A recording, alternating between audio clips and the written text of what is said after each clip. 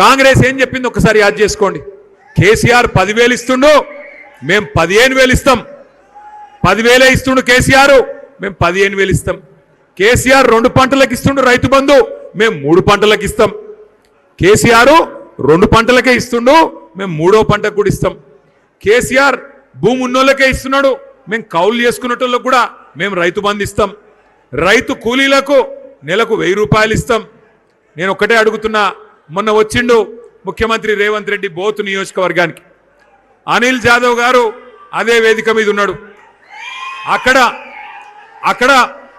అక్కడ మన బీఆర్ఎస్ వాళ్ళు ఎవరు లేరు, అంతా కాంగ్రెస్ ప్రభుత్వం వాళ్ళు పిలిస్తే వాళ్ళు తీసుకొచ్చిన ప్రజలు రైతులు వాళ్ళు వీళ్ళ ఉన్నారు.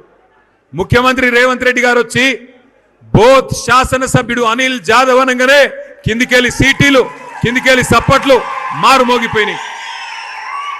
పరేషాన్ అయిపోయింది ముఖ్యమంత్రి.